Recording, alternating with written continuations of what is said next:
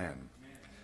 If you notice what the apostle directs your attention toward here in verse number 4, there's another Jesus, another Spirit, and another gospel.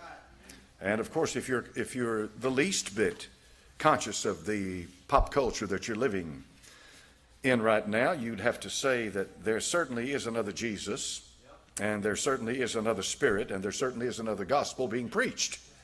And it's being preached on a regular basis from the pulpits in America and around the world. No more than 30, 40 years ago, people say, well, now, you know, how in the world are people going to receive the Antichrist? I mean, it's obvious that he is so opposed to the true Christ. Well, the thing is that what has happened in the last 30 to 40 years, the minds of the people have been conditioned to receive a new Christ.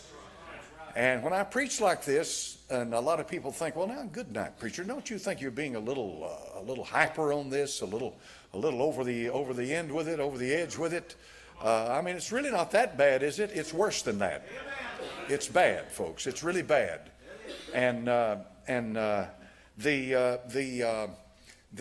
they call it, the emerging church movement. Now, they no longer really call it that because it was at the beginning it was simply an amalgamation, a joining together, a confederacy, so to speak, of churches who had like minds, in that the Scripture was no longer the final authority on anything, and that it was more about how you feel than the truth of the message, and that the Christ that is being presented in these churches is a different Christ. It's a fake Christ, a false Christ.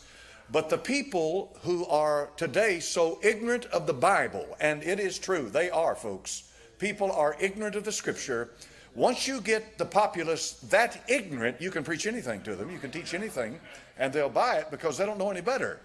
And most of them don't really read their Bibles, and they've got a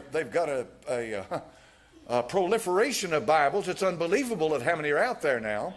And so, you know, there's no agreement among anybody, among the people, about what truth is and what it isn't, because they don't have a standard to go by to say, thus saith the Lord. And another one will say, well, my Bible doesn't say that.